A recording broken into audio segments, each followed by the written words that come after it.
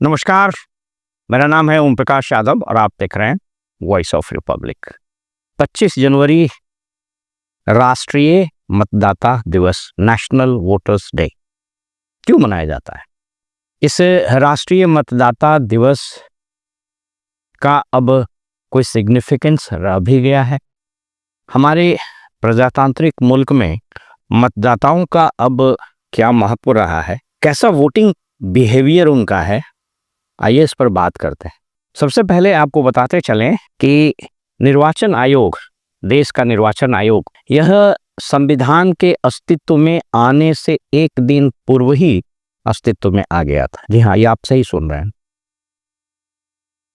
देश ने 26 जनवरी 1950 को संविधान को अंगीकृत किया था और 26 जनवरी 1950 को 10:18 में दरबार हॉल में देश के प्रथम राष्ट्रपति बिहार के लाल डॉक्टर राजेंद्र प्रसाद ने शपथ ली थी।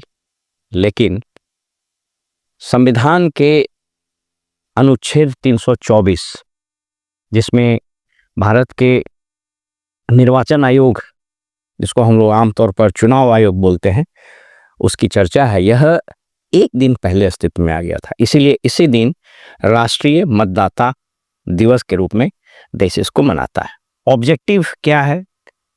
तो ऑब्जेक्टिव यह है कि मैक्सिमम पार्टिसिपेशन होना चाहिए वोटर्स का इलेक्टोरल प्रोसेस में। लोगों को इन्फॉर्म किया जाए चुनाव की पद्धति, चुनाव के महत्व आदि के बारे में। 2011 में इलेक्शन कमीशन ऑफ इंडिया का गोल्डन जुबली मना था और इस दिन राज्य के निर्वाचन अधिकारी, जिलों के जिला निर्वाचन अधिकारी अर्थात डिस्ट्रिक्ट मजिस्ट्रेट्स और सभी सरकारी कार्यालय, स्कूल, कॉलेजेस में ड्राइव चलाया जाता है ताकि ज़्यादा से ज़्यादा वोटर जागरूक हों और वो अपने वोट का अधिकार दें। कोर मैसेज ये है, नो वोट नो वॉइस। ये सारे लिखित और थ्योरेटिकल चीज़ें हैं। लेकिन आइए जब से बात करते हैं कि विगत कुछ वर्षों में चुनाव में मतदाताओं की प्रासंगिकता या चुनाव में मतदाताओं के वोटिंग बिहेवियर में क्या परिवर्तन हुआ। मैंने एक वीडियो में आपसे बात की थी कि देश के पहले चुनाव, जो देश का पहला जनरल इलेक्शन 1951-52 में हुआ था, और आपको जानकर आश्चर्य होगा कि यह चुनाव अक्टूबर 1951 में शुरू हुए और फरवरी 1952 में जाकर खत्म हुआ। करीब करीब 68 फेज में यह चुनाव हुआ, 4 महीने तक चला। उसमें 17 करोड़ से ज़्यादा लोगों ने वोट दिए और करीब करीब 2,25,000, 2.25 लाख के आसपास पोलिंग स्टेशंस थे और उसमें बैलेट पेपर से वोट दिया गया था। बेशक ये 68 फेज में चुनाव हुआ, चुनाव के बड़े प्रिमिटिव तरीके थे, लेकिन चुनाव उत्साह से लबरेज, राष्ट्रीयता से भरपूर। देश के किसान, मजदूर, स्टूडेंट्स, जो एलिजिबल वोटर्स थे, महिलाएं, सब लोगों ने बढ़ चढ़ कर भाग लिया और लगा कि यह देश प्रगति के राह पर चलेगा।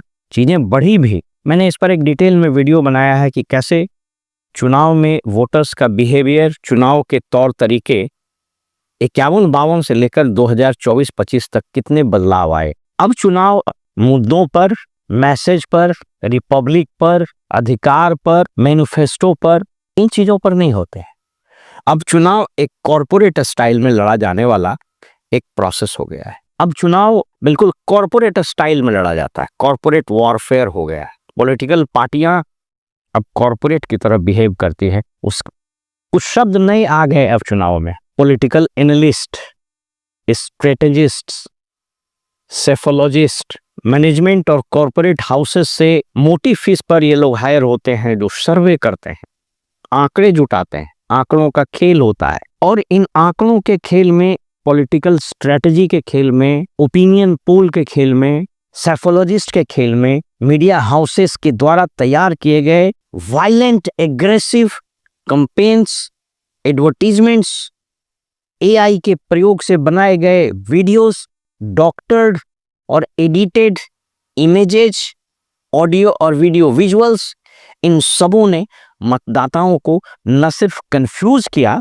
बल्कि मतदाता से अप्रत्यक्ष या प्रत्यक्ष रूप से उसके विवेक से वोट करने के अधिकार को ही छीन लिया। अब जरा आंकड़ों पर नजर डालें कि इलेक्शंस कितने महंगे हुए हैं। पहला जनरल इलेक्शन जो 1951-52 में लड़ा गया था, उसमें लगभग 10.5 करोड़ रुपए खर्च हुए थे।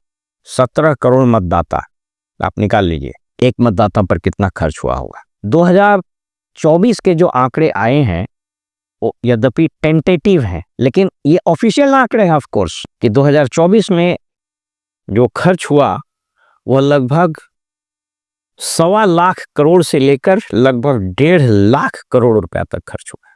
इतना किसी राज्य का बजट भी नहीं होता। और ये कंजर्वेटिव फिगर याद रखिए। यदि आप टोटल सीट्स पर लड़े गए चुनाव और वो जो 90 लाख रुपया का सीलिंग है और एवरेज 10 को ही जोड़ लीजिए, 10 कैंडिडेट को ही, तो ये आंकड़े कई गुना हो जाते हैं। कुछ कंजर्वेटिव फिगर्स के अनुसार 2024 के चुनाव में लगभग 5 से 6 लाख करोड़ रुपए खर्च हुए। इलेक्टोरल बॉन्ड और सब चीजों को आपने देखा। यानी ऑफिशियल आंकड़ा ये बताता है कि 51-52 से लेकर 2024 तक में 10,000 गुना खर्चे की वृद्धि हुई है। ये पैसे का बोझ किस पर पड़ेगा? तो स्वाभाविक रूप से टैक्स पेयर्स पर। टैक्स पेयर कौन है? आप लोग सब लोग जानते हैं कि टैक्स पेयर कौन है। ऐसे में प्रश्न ये उठता है कि ये जो राष्ट्रीय मतदाता दिवस अभी जो मनाया जा रहा है, इसकी क्या कोई प्रासंगिकता रह भी गई है? क्या चुनाव आयोग मतदाताओं के अधिकार को सुरक्षित संरक्षित करने में सफल रहा है? जिस तरीके से विगत 2-3 चुनावों में मुख्य चुनाव आयुक्तों और राज्य के मुख्य निर्वाचन पदाधिकारी सहित जिलों के जिला निर्वाचन पदाधिकारी सह जिलाधिकारी डीएम्स की निष्ठा, उसके निष्पक्षता, उसके इम्पार्शियल होने के रोल आदि पर प्रश्न खड़ा होना शुरू हुआ है, इसने इस राष्ट्रीय मतदाता दिवस के मनाने के रेलेवेंस और सिग्निफिकेंस पर भी एक प्रश्न चिन्ह खड़ा किया है कि क्या जिस तरीके से हमारे राष्ट्रीय पर्व, चाहे वो 26 जनवरी हो, 15 अगस्त, मैंने कई वीडियो बनाए हैं और धरातल पर जाकर बनाए हैं। अभी 26 जनवरी का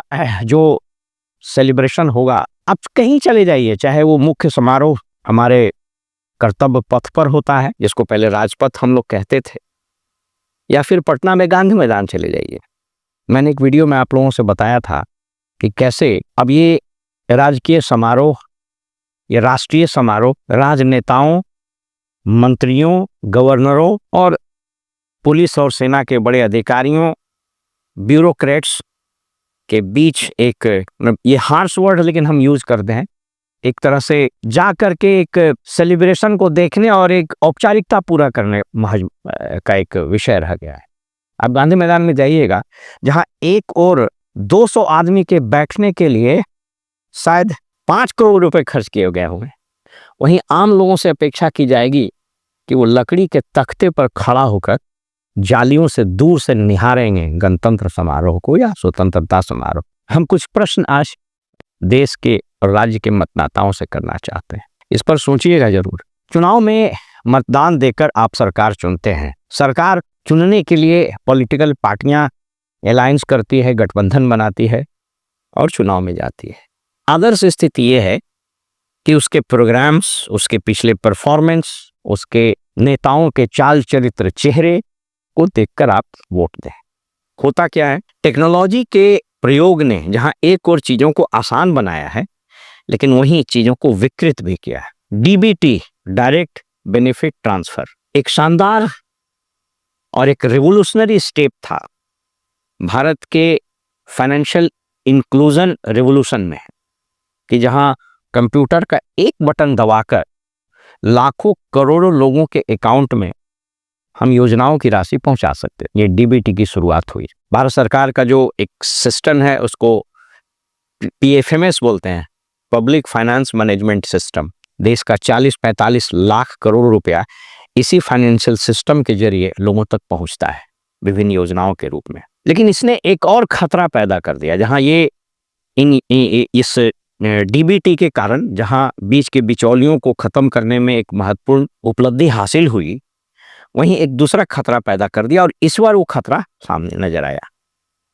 कि अगर हम इस डीबीटी से लोगों के खाते में धनराशि पहुंचा सकते हैं, तो चुनाव के दरमियान हम सरकारी खजाने की राशि को योजनाओं का जामा पहनाकर, योजनाओं का वस्त्र पहनाकर वोट चुराने या वोट खरीदने के नाम पर भी पैसे का ट्रांसफर कर सकते। जनरल इलेक्शन में भी वही हुआ 2024 में, और बिहार में जो चुनाव हुए उसने तो सभी सीमाओं को तोड़ दिया। करीब करीब 40,000 करोड़ रुपया खजाने में पैसा नहीं था, कंटीजेंट फंड से उधारी लिया गया। बताते चलें कि इस राज्य पर लगभग 2.25 से 3 लाख करोड़ रुपया का कर्ज है। प्रति व्यक्ति लगभग 40 से 50,000 रुपया कर्ज है बिहारियों पर। अभी इस स्टेट का फाइनेंस लगभग 2 लाख करोड़ रुपए के डेफिसिट में चल रहा है। सरकार अलग अलग उपाय लगा रही है। जमीनों के दाम बढ़ाए जाएंगे, जमीनों की मालगुजारी बढ़ाई जाएगी, रोड पर फाइन वसूलने को और तेज किया जाएगा, नॉन टैक्सेस में बालू, गिट्टी आदि इसको और बढ़ाए जाएंगे, और जैसे अंग्रेज पैसा वसूलता था उस ढंग से पैसा वसूलने की कार्रवाई बिहार में शुरू हो गई और देश में भी शुरू हो गई। रुपए का अवमूल्यन समझने के लिए, डिवैल्यूएशन समझने के लिए कोई इकोनॉमिक्स होने की जरूरत नहीं है। आप पॉकेट से 500 रुपया निकालिए और बाजार में आप सब्जी खरीदने जाइए। 500 रुपए की सब्जी आपको एक छोटे प्लास्टिक के थैले में, यद्यपि प्लास्टिक के नहीं लेना चाहिए लेकिन फिर भी आप प्लास्टिक या किसी चीज के थैले में लेके चले आइए। 100 रुपए से नीचे की करेंसी डिनोमिनेशन का तो कोई महत्व ही नहीं है। अगर आपके पॉकेट में 10 रुपए या 20 रुपए या 5 रुपए का सिक्का है तो आपको लगेगा कि इसको रखना भी बेकार है। कई बार उसको निकाल कर लोग रख देते हैं कि किसी को, अब तो भिखारी को देने में भी खराब लगता। ये स्थिति हुई। तो इस डायरेक्ट बेनिफिट ट्रांसफर ने इस देश के इलेक्टोरल पॉलिटिक्स को बिल्कुल करप्ट कर दिया, विसिएट कर दिया और इसको पॉल्यूट कर दिया।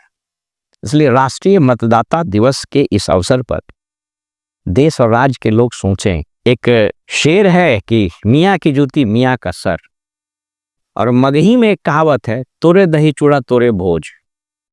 ये आप ही का पैसा आपके पॉकेट से किसी न किसी तरीके से निकाल कर उसी को वापस आपके पास दे देता है, योजना के नाम पर, लाभ के नाम पर।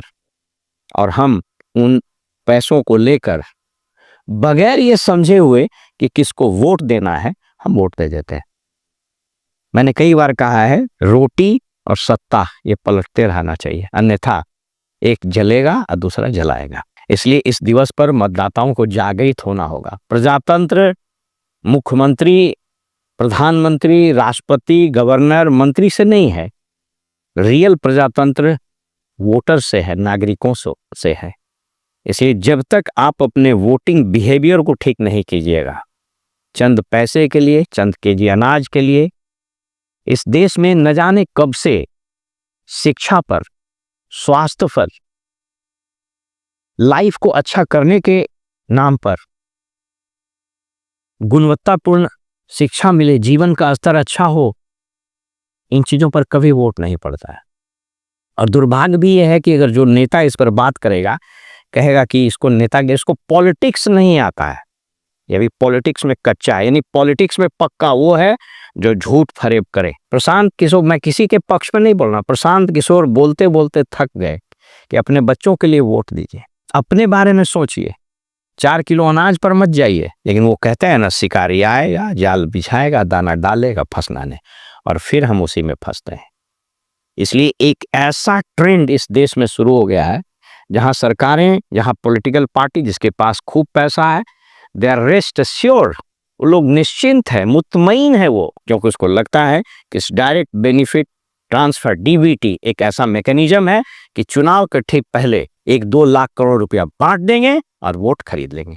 और अगर यही प्रजातंत्र है और यही वोटर का वोटिंग बिहेवियर है, तो ऐसे राष्ट्रीय मतदाता दिवस को प्रणाम करते हैं, मत मनाइए। क्योंकि एक अट्टहास लगता है, जैसे विलेन हंसता है ना, वैसे ही इन सारे नारों को देख करके हंसी आती है। आपको ऐसे सेलिब्रेशन पर हंसी आती है, दया होता है, दुख होता है, ये अच्छा लगता है, ये आप जरूर लिखेंगे। फिलहाल में इजाजत दीजिए और आप देखते रहिए वॉइस ऑफ रिपब्लिक। नमस्कार।